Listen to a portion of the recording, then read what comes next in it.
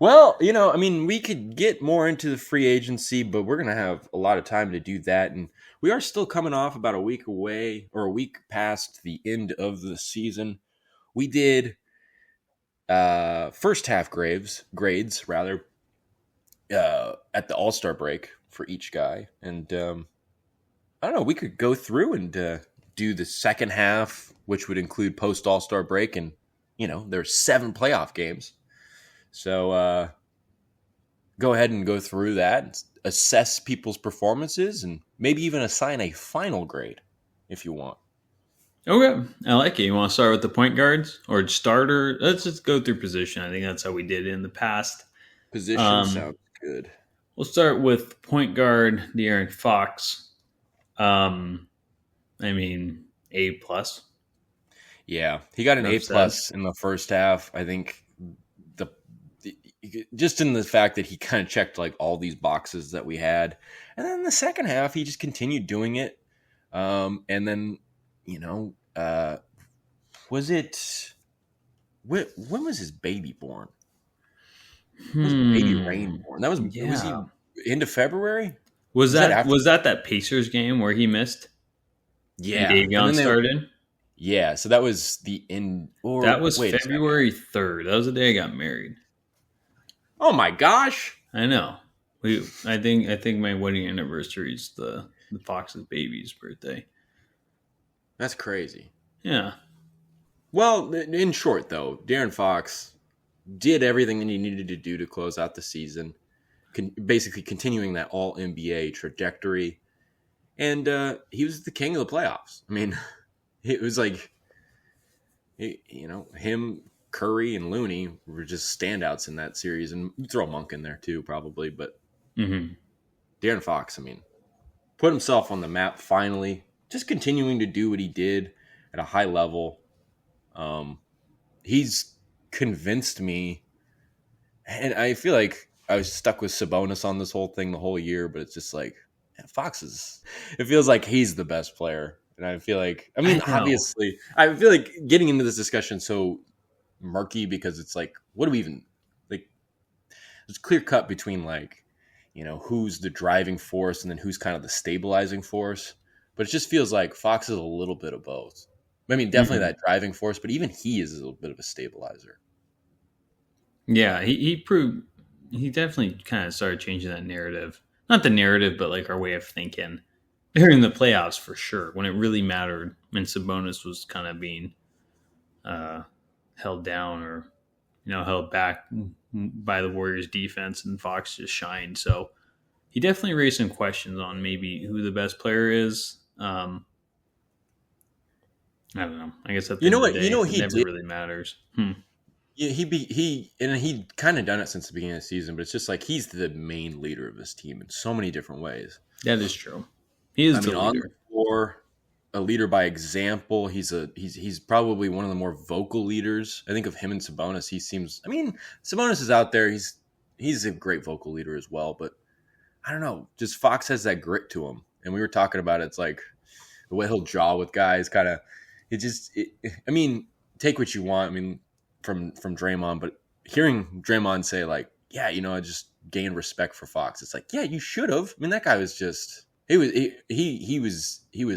joy to watch. And I try not to root too much for personal guys too much, or I try to see it as objective as possible. But it's like he formed a special soft spot in my heart for De'Aaron Fox. That guy's just a pure competitor, leader, one of the best in the game.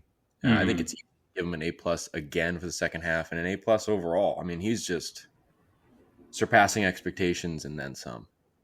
Yeah, I agree. I think that's an easy one. But on to Mitchell, maybe a little harder of a choice. What do we give him in the first half? Maybe he got a C in the first half. A C. He was very disappointing in that Indiana game where he started for Fox.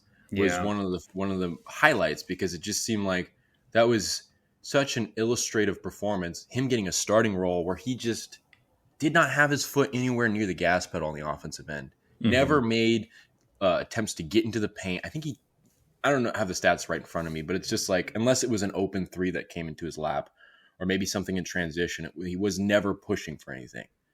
And after that, you saw him, especially after the All-Star break, you saw him settle into his role, find a nice mix of aggression that really started to shine in the late and then into the playoffs.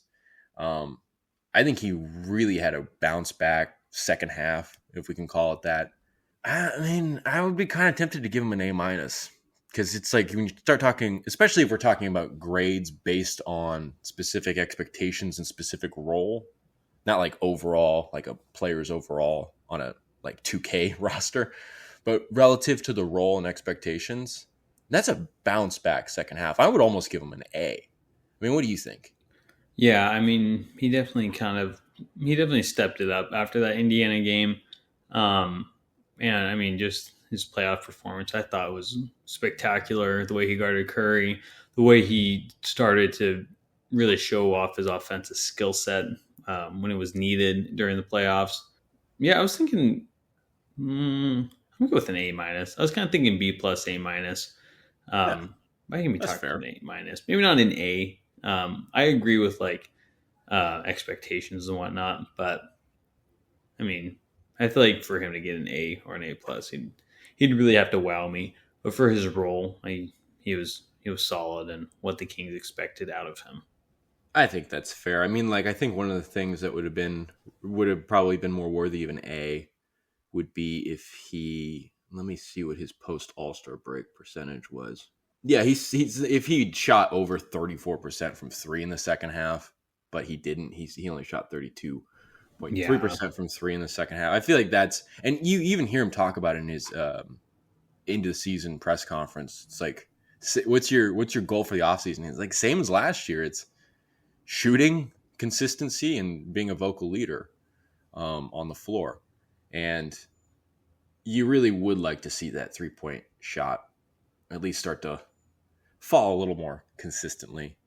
But I mean, overall, I would with the C in the first half and A minus in the second half. B minus B for the overall in the season. Not the best second season, but I think as it went on, he just kept climbing, and it really is setting up for a pretty critical third season for him. Bit B minus B overall. What do you think? I'm gonna go with a B. I mean, his Yeah, first half wasn't spectacular, but he really showed off in the second half and meeting down the middle between like an A minus and a C. I think B is solid. He had a D. I think he had a B year. yeah, I think that's fair. Yeah, and then Um, on to I guess Dellavedova. I mean, Uh, perhaps the best of the bunch. yeah, I don't even know. I was like, I know you gave Alex Len and what was it like? What was the exact word? What was his grade? In the first half. Yeah, Well, I gave him a D plus, we but gave him a D plus. Well, okay, maybe what did I want it? What's the word? I guess like it just should oh, like an be incomplete. incomplete. Yeah, I don't remember him playing much in the second half. I mean, for when he He did. did, that was non garbage time. I mean, I want to say he did well. I don't remember it being much though. Mm-hmm. And then he broke his hand Yeah. and didn't even play in the playoffs. I just want to give him an incomplete, and if anything, I just want to give him an A because I feel like when he did come in, he was fine. Yeah. I mean, I think it's so interesting with Dellavedova because in a lot of ways, he's just exactly what you want. And even with him not playing so much in the second half, it's like you hear those stories about him sitting down with Terrence Davis on the team plane or whatever. And then Davis like goes off in the next game with an opportunity. I think Herter had hurt his leg or something, lower leg or knee, kind of late in the year and missed a few. Outside of that stuff, it's the impact on the floor, like you said, didn't necessarily have to be there, so it wasn't really there. But just in terms of being that third point guard, which includes kind of bringing that championship experience, that leadership. I mean, I guess it would be kind of hard to give him an A. Although I guess in the first half, I guess my argument was B plus because I felt like if he had to take over backup point guard duties for like 2 or 3 weeks, which thankfully never happened, I just wasn't convinced that he would have been perfect, obviously. I mean, maybe just not exceptional. But that was more like speculation and me wanting to be a tough ass. I mean, I guess it's kind of hard to give him anything lower than an A minus, because think about the third point guard. We even said it a couple of weeks ago on the podcast that it's like this guy's more than a third point guard. He's essentially an extra member of the coaching staff. And we're looking at an offseason where they're going to make a decision. He's probably going to make the decision whether he wants to continue playing. I think he's only 32, so that's not Dang, that's crazy. Or he's just going to join the coaching staff, which maybe is predicated on whether Jordi Fernandez gets a job somewhere else as a head coach, and then just kind of moving everybody up the line. But that's more for the future. We're talking about this season. I mean, it seems kind of easy to give him an A. Yeah. Relative to the role. Yeah, exactly. He's exactly what you wanted in a third string point guard. And when his number was called, he showed up to play. Yeah. I think the one thing that's a shame is that when he hurt his hand, it was the game they clinched, I think, and it was in garbage time. It was definitely in Portland. It was one of those 2 games in Portland. And it's just like, what a bummer to get hurt. I know. Yeah.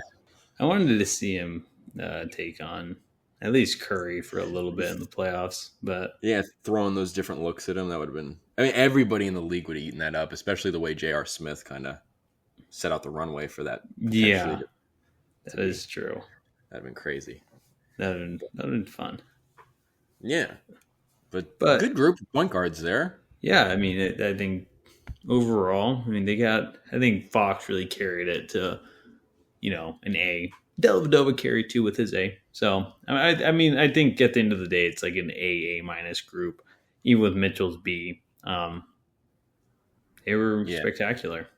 Yeah. I think Davion's second half and playoff showing was just a huge boost to him. Yeah, I think so too.